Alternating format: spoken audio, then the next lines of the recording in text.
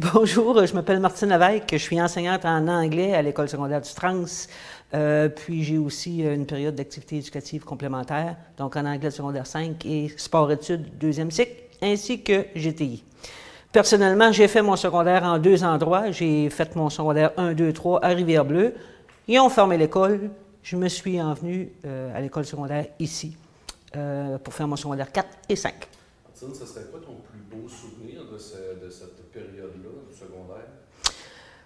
Je te dirais que c'était, la première chose, c'était de devenir responsable, dans le sens que, ou pas responsable, devenir plus autonome, si tu voulais.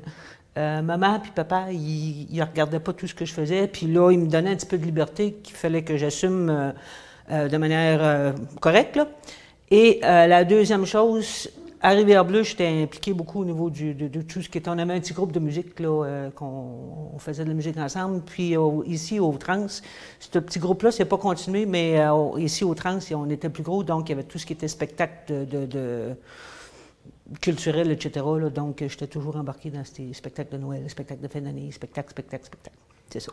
Est-ce que ça t'a permis d'avoir une matière dans laquelle tu performais plus que d'autres?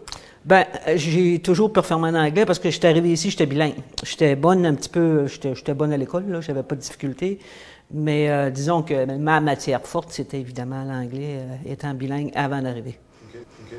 Par quelles circonstances que Moi, j'ai grandi aux États-Unis, dans l'État de New York, puis dans l'État du Maryland, quand j'étais plus petite. Puis, on est arrivé à Saint-Marc. Je commençais ma 5e année, donc j'ai appris à lire puis à écrire le français en 4e année. On a toujours parlé français à la maison, par contre, mais je suis arrivé avec mon bagage en anglais, donc l'anglais était beaucoup plus facile. Et ma mère étant prof, disons qu'on a appris le français à tous les soirs, là, à écrire et à lire le français à tous les soirs de notre 3e année, puis on est arrivé de 3e et 4e année. Puis on est arrivé, puis on était pas pire en tout en français aussi. Si tu avais un conseil à donner à un jeune aujourd'hui, en 2018, pour qu'il puisse passer son secondaire dans un état d'esprit le plus positif possible, on va dire ça comme ça serait quoi ce conseil-là? Ben, moi, je pense qu'en partant, il faut toujours essayer de faire du mieux qu'on peut. Puis, des fois, faire du mieux qu'on peut veut dire qu'on travaille pas mal plus fort que le voisin d'à côté, mais il faut pas nécessairement se comparer au voisin d'à côté, mais il faut toujours faire du mieux. Il faut sentir que quand on a fini de faire quelque chose, on a fait notre max. Puis, en faisant notre max tout le temps, on finit qu'à réussir, même si on bûche. On finit qu'à réussir. Puis, de l'expérience que j'ai, les élèves qui partent vers le cégep puis qui partent vers le professionnel, les élèves qui réussissent au cégep, ce pas les élèves qui étaient extrêmement forts au secondaire, c'est ces élèves qui ont travaillé, puis se sont donné des manières de fonctionner pour avancer puis toujours faire le mieux, c'est eux autres qui réussissent.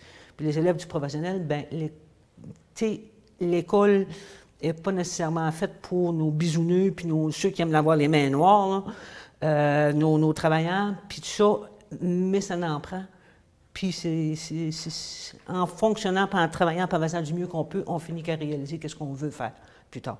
Moi, je pense que lâchez pas, c'est ça le mot-clé. Merci. Bienvenue.